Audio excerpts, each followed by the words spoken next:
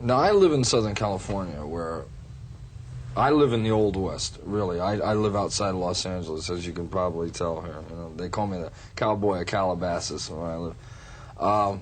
I thought a moose, I'd never seen a moose before, but I'm used to horses and things like that. And I thought that a moose was roughly the same size as a horse, and how wrong I was, because we were going down the street about 110 kilometers an hour, and 3 of them come running out across the road, and I was amazed. The thing was almost the size of an elephant. I'd never seen an animal that big. I mean, I've ridden an elephant before, and this thing was as tall as the elephant that I had ridden before. And I couldn't believe it. The thing come running across the road, and we had a person with us at the time that was working for the local promoter. And it was a girl, and she was terrified. I mean, she turned white as a sheet, and I said, "What's wrong?" She says, "A lot of people are killed up here every year because when the thing runs across the road, if a car hits it, it's like hitting a 600-pound brick wall at however fast you're going. So there's just flesh all over the street. Some belongs to the moose, some belongs to you." And I thought, I don't think I'd want to do that again. But I'll never forget it. I was sitting where the driver was on the other side, and I was on this side, and I saw this huge thing come running out, and it happened just within a split second. And I looked over, and there's this moose with his eye right in the window like that. He's like trying to stick his head. He was trying to stop us, what it was, and almost ran us off the road and killed us all. So I think from now on we'll put up a moose catcher up in front of the vehicles that we have from now on. You have to be happy with yourself, because when you're alone at night after a show and you're looking at a mirror, and that's a very intimate type situation when there's no one else around. It's just you and yourself in that image, one-on-one. And there's no one around to pat you on the back to tell you how great you are. You better like what you see when you look in that mirror, and if you don't, then that's when all the demons start creeping into your head. And that's where rock and roll can be a potentially evil thing, because rock and roll is like the ocean. You can have a great time in it, but if you do not respect it, it will take your life. You've got to know where the edge is, but you have to be confident in yourself. What or who do you love most? Say that again? What or who do you love most?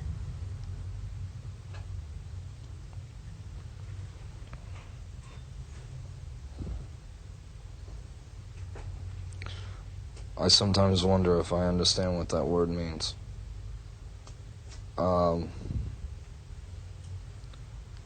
Doing what we do, you become confused sometimes.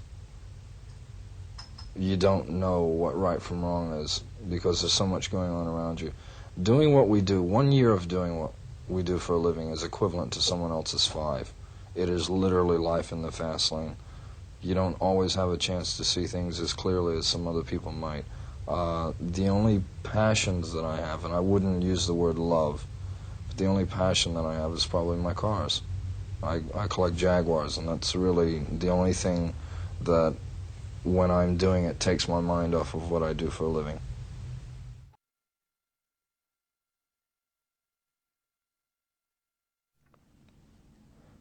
I felt lyrically that I had said everything that I could say in the genre that we were in before. It was like, you know, what was the point in going on?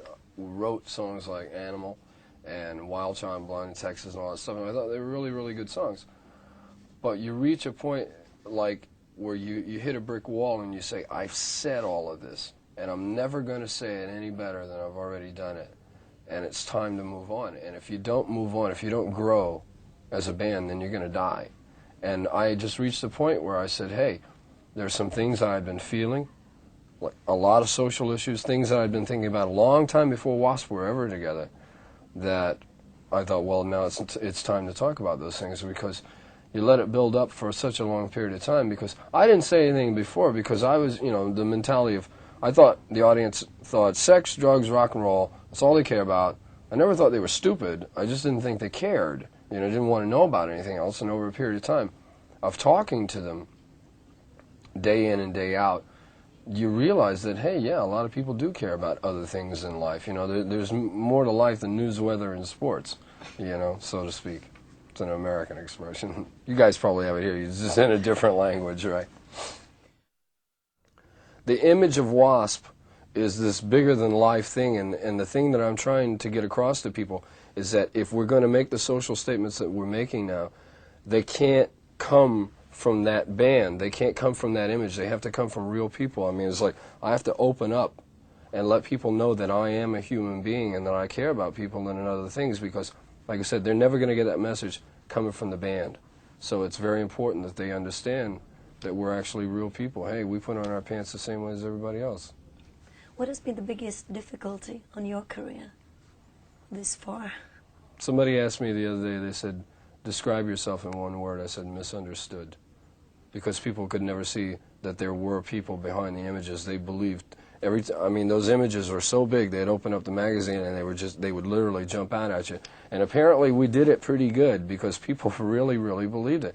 And it was really fun. I don't regret anything that we've done, but there's more to life than just that. And that does disturb me a little bit.